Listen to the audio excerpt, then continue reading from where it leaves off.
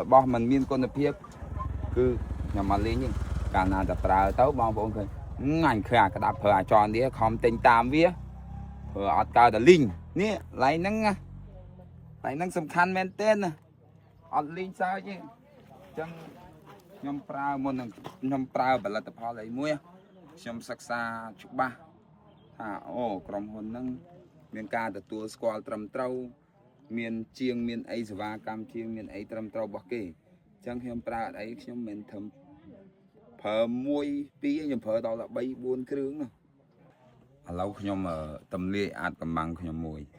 បងប្អូនចង់ដឹងអត់បើចង់ដឹងចាំខ្ញុំនាំទៅមក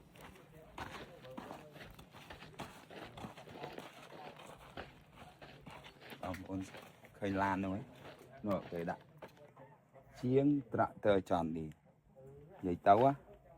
មិនថាត្រាក់នៅកន្លែងណាទេគឺត្រូវតាទៅធ្វើឲ្យដល់កន្លែងហ្នឹងហ្មងអត់ទេបងប្អូននៅកន្លែងណាមានបញ្ហាអីគឺគាត់សេវាកម្មគាត់គឺទៅត្រួតពិនិត្យឲ្យពឹបអត់ឲ្យខាតថ្ងៃខាតម៉ោងខាតពេលវេលាបងយើងរកស៊ីទេអញ្ចឹងយើងធ្វើការធ្វើដល់ឥឡូវដូចថាទីហោះតែខ្ញុំ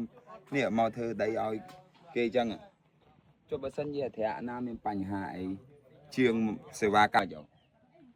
អាហ្នឹងវាបញ្ហានៅកន្លែងហ្នឹងក្នុងមួយថ្ងៃខ្ញុំ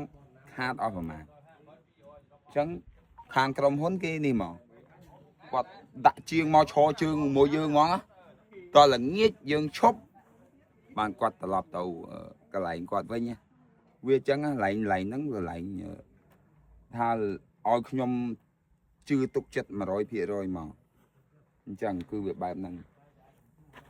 ហើយបងប្អូនមិនបាច់ភ័យទេនៅកន្លែងណាក៏ដោយ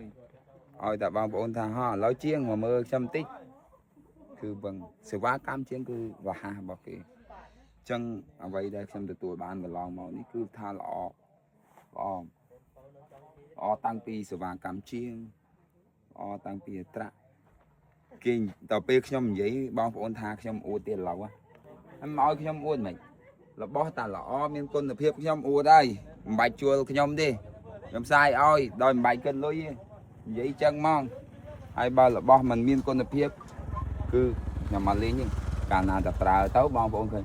អញឃើញអាក្តាប់ប្រើអាចរនេះខំទិញតាមវាព្រោះអត់កើតតែលីងនេះឡៃហ្នឹ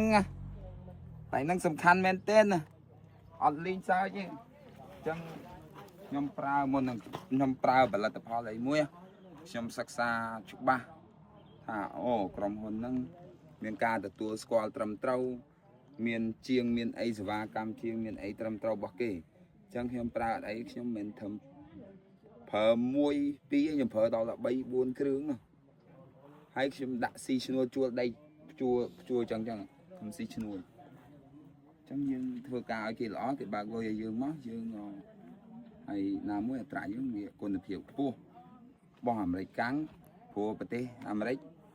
ផលិតរបស់មកអត់ឲ្យក្រុមប្រទេសផ្សេងទេចង់និយាយអញ្ចឹងពាក្យថាផលិតផលរបស់អាមេរិក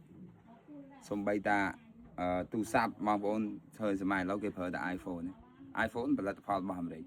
ចុះអាចនឌៀនហ្នឹងមិនរបស់អាមេរិកហ៎អាឡាន Ford ហ្នឹងមិនរបស់អាមេរិកឃើញទេអញ្ចឹងគឺប្រទេសមហាអំណាចគេអត់ផលិតរបស់ដែលអន់ទេ